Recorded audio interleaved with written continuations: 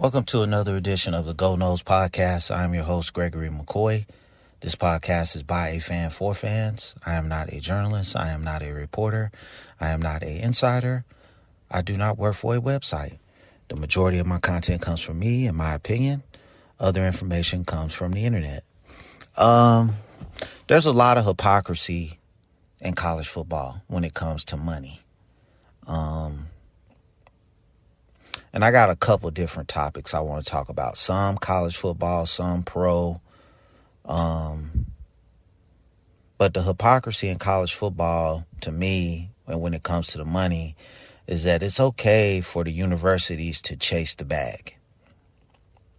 Right? It's okay. A 100+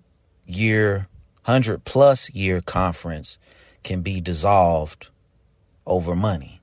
Now, just from the information that I've read, the Pac-12 had a $30 million deal per team on the table, and they rejected it.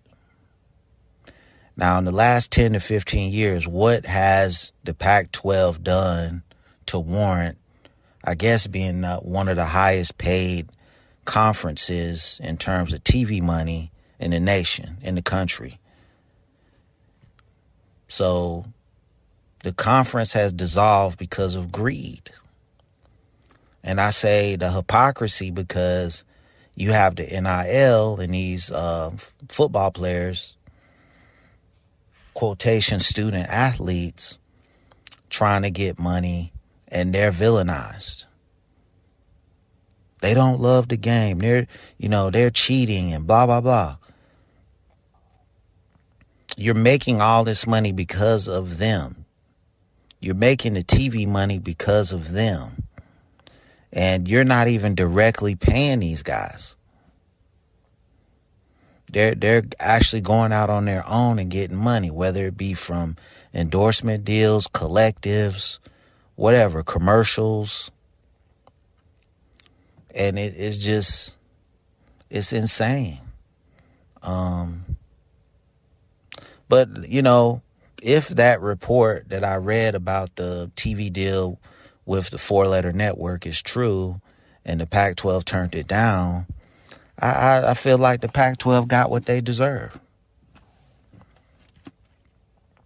If Oregon State and Washington State, Stanford and California, if they voted to reject that deal, then I don't have any sympathy for them.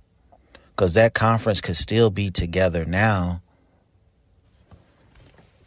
And, you take that $30 million, you improve, you as a conference, you get your teams to improve whatever way you can.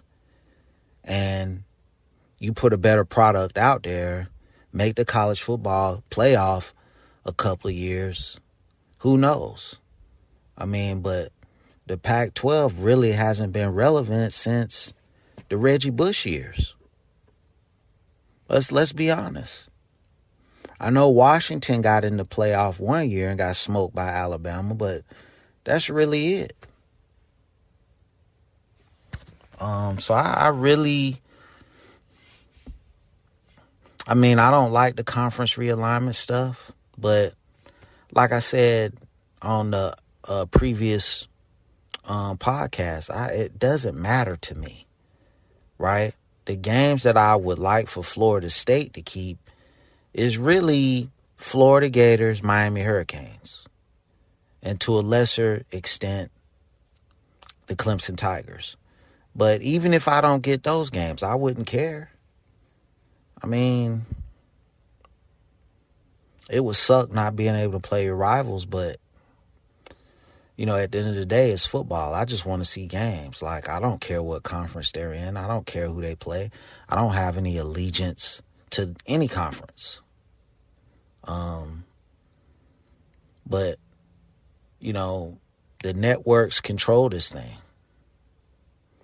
And if the ACC is going to dissolve, it's going to be because of the networks. It's going to be negotiating the buyout. It's going to be the whole grant of rights thing. And I'm not going to sit up here and try to regurgitate a whole bunch of nonsense from other people and what they've said on their YouTube channels. But That's pretty much the gist of it. So the other thing I wanted to talk about was the running backs in the NFL not getting paid. I mean, you have to blame Eckler for the Chargers for that, because when Melvin Gordon was up for his deal, they didn't pay Melvin Gordon. They put Eckler in there, and he went crazy.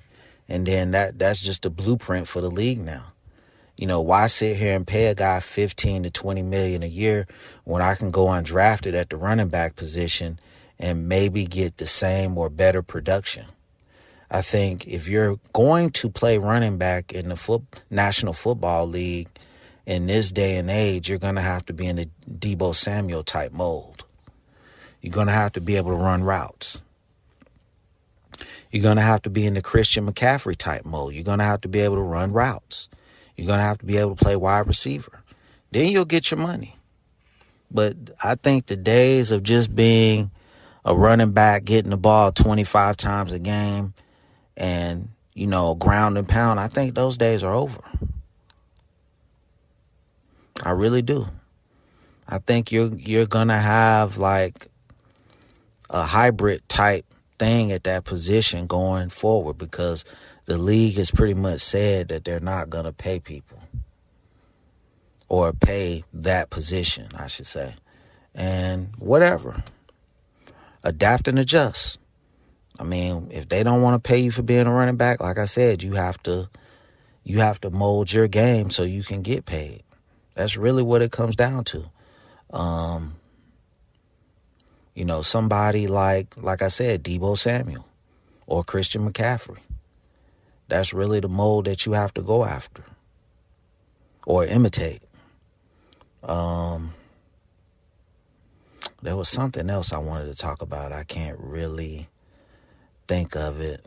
This is not like a season preview just yet.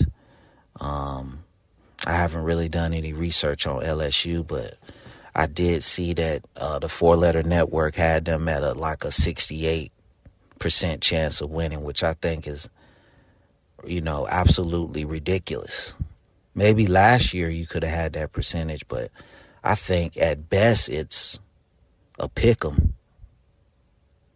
Okay, I feel, in my eyes, I feel like Florida State has the slight edge on them.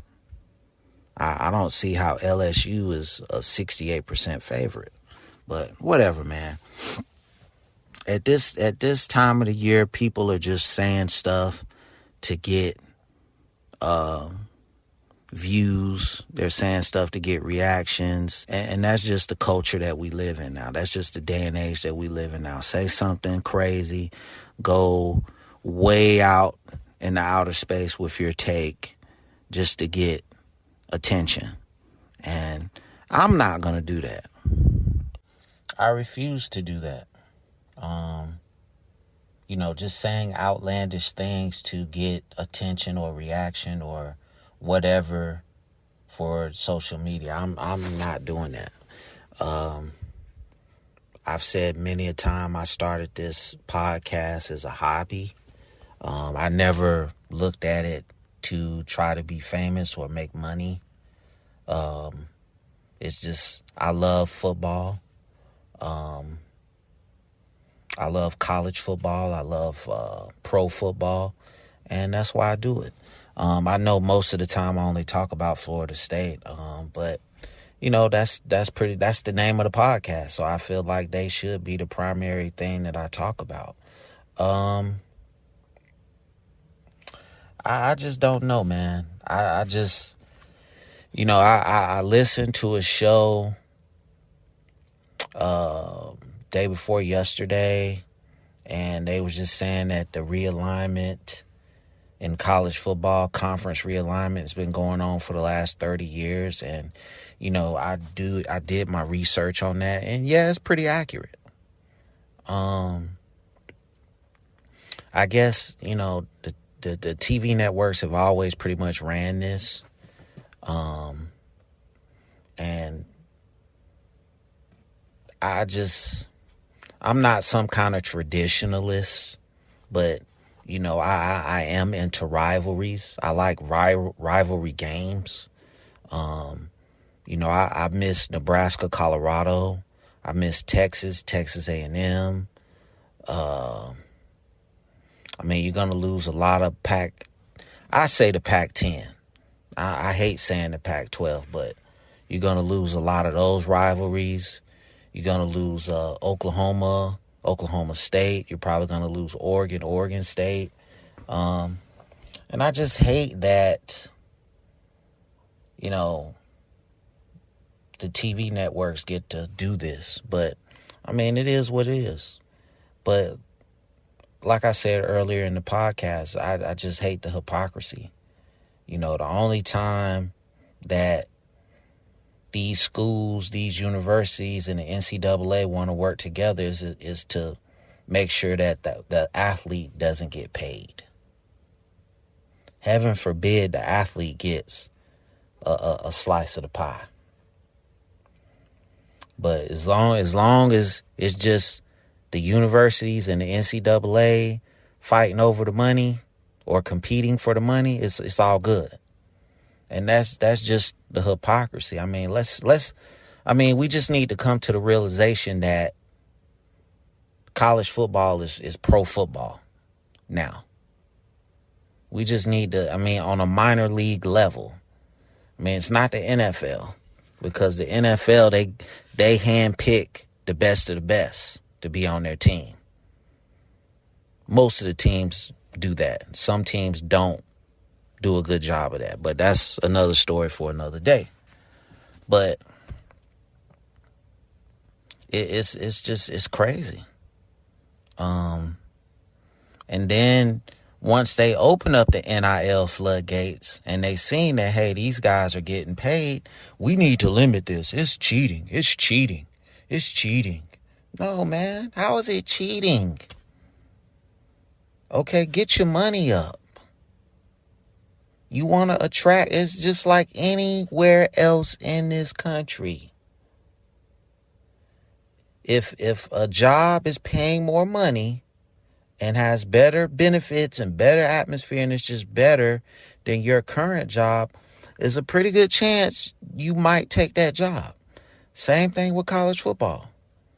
If I'm playing football and I can go to another school that can help me get to the next level and pay me more money, why can't I do that? How is that cheating? Cheating is if I bet on a game or bet on myself and I'm playing in the game and I intentionally throw the game to win a bet. That's cheating. Cheating is if I do something to enhance my body to perform better in a game. That's cheating.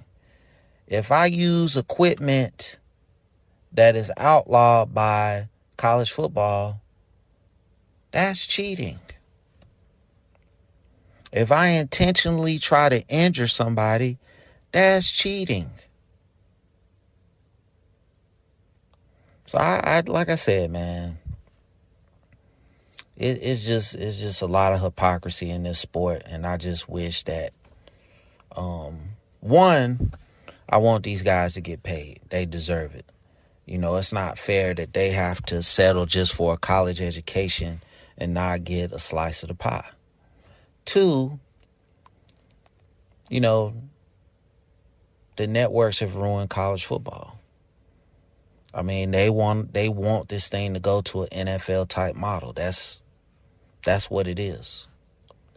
So I don't know where Florida State is actively trying to get out of the ACC, allegedly.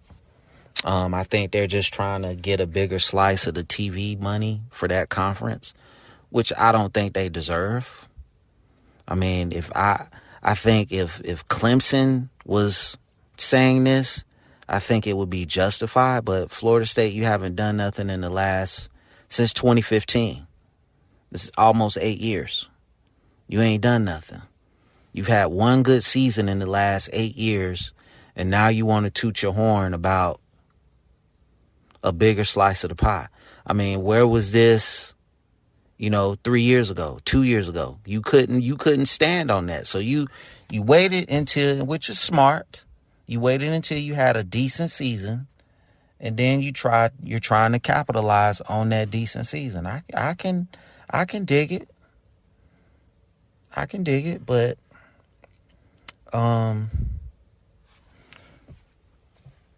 you know the situation. I don't want to regurgitate a whole bunch of information that you already know about, the buyout and the grant of rights and all that nonsense. But like I said earlier in the show, you have to give ESPN, the four-letter network, and the ACC credit for negotiating a great deal for themselves. They've got the ACC teams over a barrel now. They're saying there's a loophole in it. There's a loophole where they can get out, but I don't know, man. The only thing that's really going to save the ACC is if Notre Dame joins the conference.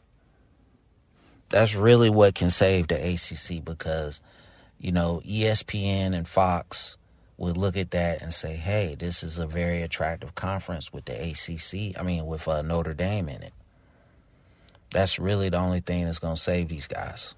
And let me just be clear, man. I don't care about expansion. I don't care about realignment. I don't care if the conference dissolves. I don't care where Florida State plays. I just care about actual games. I just want my team to be the best team in the country. What conference they play in, whatever. The business side of Florida State football, I don't care about. And, it's in this day and age, I guess all information is like mainstream information, but for me, it's just overkill. But I just talk about it just so I can be diverse in how I talk about Florida State football. Florida State football, when it's rolling, it's going to make money. It's crazy that we have to go through these, valleys of not being in contention for championships. But hopefully the school, the boosters, the coaches, the fans, hopefully we can all get on the same page and help this program, this team, get back to where we want it to be. And that's, contending for national championships, contending for ACC championships, or whatever conference Florida State decides to play in. And I know I said earlier in this podcast that I wasn't going to talk about LSU, but I will say this, man. Florida State, this is not last year. You can't go into this game taking them lightly. They know that they're going to have to be, on their A game to beat Florida State. It's kind of reversed, because last year LSU was getting all the hype and everybody was saying they was going to roll through Florida State, and Florida State came out and dominated them at the line of scrimmage. So, everybody's been, pumping Florida State up and propping them up and saying that they're going to do this and they're going to do that. It doesn't mean anything if you lose the first game. So I just hope Coach Norvell and his staff can get these guys ready for that game one in Orlando, because it's gonna be a hell of a game. LSU's quarterback Daniels, he's no slouch. LSU always has great talent on the offensive line and the defensive line. They always have good DBs. They always have good running backs and receivers. So, and it was a close game last season. I think once LSU figured everything out, then that's when the game became closer. So I just think going into this year's game with all the weapons that Florida State has, you're going to have to do some different things on offense. I don't think you can just come out and try to do the power run stuff. You're going to have to do some screen plays. You're going to have to throw some jump balls to Wilson. I want to see what Keon Coleman can do. I want to see what some of these freshmen can do. I think this could be a game that you see what Williams, the 5-star receiver, see what he can do. We know what Benson is. You got the dude Bell from South Carolina, the tight end. It's going to be really interesting. I think you're going to see the true Mike Norvell offense from Memphis in this game. I really think you're going to see it in this game. And, it's going to be, I'm going to be tuned in. I wish I could be there at the game, but I know it's going to be hot and humid. And I don't want to be out there for that humidity in Orlando. Defensively, LSU's got some guys returning. Like I said, they've always been stout on defense. They kind of, towards the end of the last season, they kind of stumbled a little bit, losing to A&M like they did. But I think this is still a program to be reckoned with. And, LSU is not hurting for recruits. I mean, we know what we have on defense with Florida State. I think if we can get Jackson on the field, that's going to, further propel us. You got the guy from, I want to say he's from Western Michigan, Fisk. I've never seen him play, so I'm not going to say he's going to be a superstar or whatever, but he looks very stout. He looks very strong. He looks like a defensive tackle. And we know what Verse is. We know what Patrick Payton can potentially be. He flashed brilliance in a couple of games, and other games he just was kind of passive, in my opinion. Bethune and Deloach, I mean, it doesn't get any better than that at the linebacker position. Secondary, we know what we got there. Dent, Cypress, Brown, and I don't know who's going to be at the other corner. I can't think of his name. I was doing so well. Number 8. I can't think of his name, but he's pretty good too. At one point, I thought he had the best back pedal on the team. But it's going to be a very interesting game, man. Like I said, I don't do analytics. So if you're coming on here looking for a bunch of analytics, I can't help you with that. I'm just telling you my gut feeling, which is pretty much the same as last year. I think it's going to be a close game.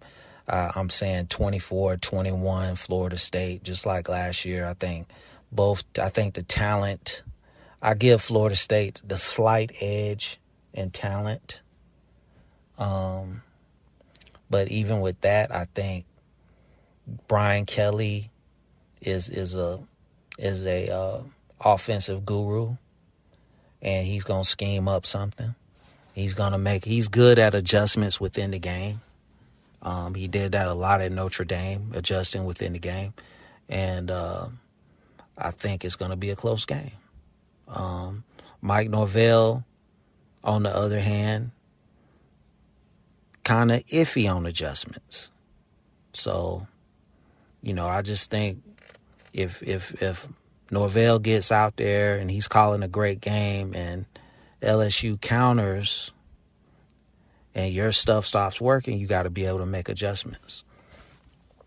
Defensively, the run defense up the middle was porous at best. I don't know the status of Fabian Lovett. But if you have him and Fisk at the defensive tackles, I like that group. I mean, then you throw in a Darryl Jackson and Farmer and the rest of those guys. I think you got a formidable group at defensive tackle. So, I mean, I can't wait. It's right around the corner. And if we can get through the month of September, I think it sets up beautifully for us to try to make a run at this thing. I love the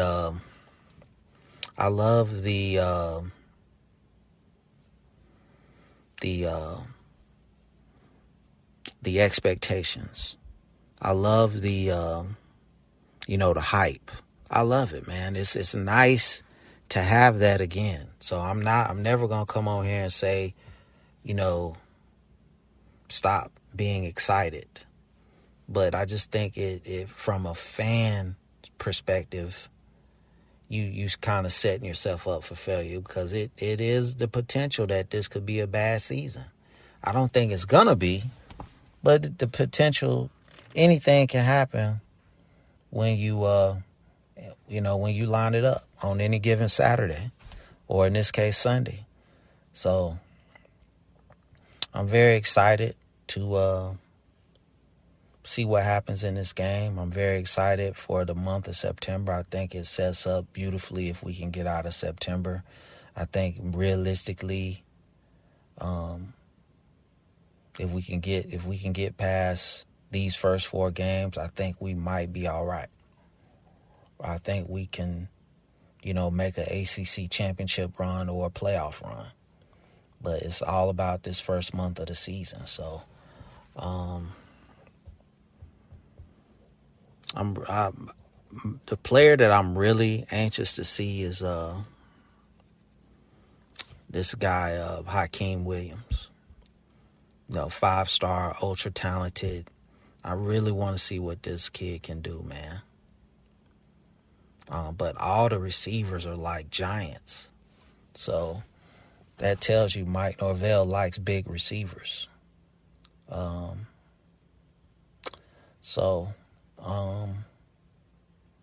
don't know. I don't know if this has been a great season opening preview, because like I said, I know some of you guys love analytics and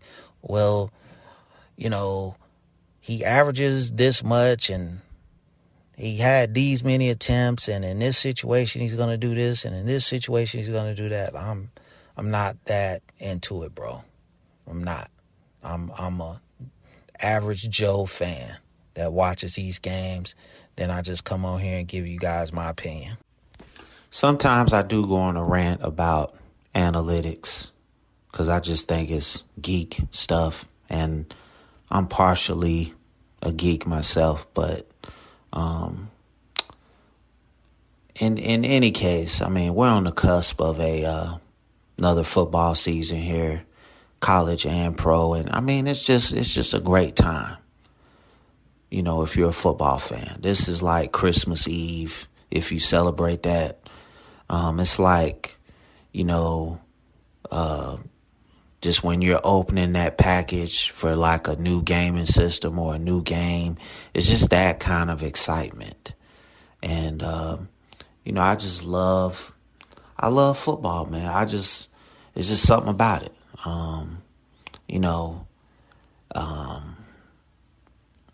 And I don't know what about the game I love the most. Like, there's several different things. I love the camaraderie. I love my teams. I love the competition. I love talking junk to rivals. I love winning. And, it's therapy. It helps you escape reality for a few hours every Saturday and Sunday. And, I appreciate these guys entertaining us, the fans. Like, they're putting their livelihood, their lives almost really on the line every time they step on that field for a game. So I really do appreciate every aspect of the game. That's going to conclude this podcast. I hope you enjoyed it. It's available on YouTube. It's available on all podcast platforms. And as always, go Noles.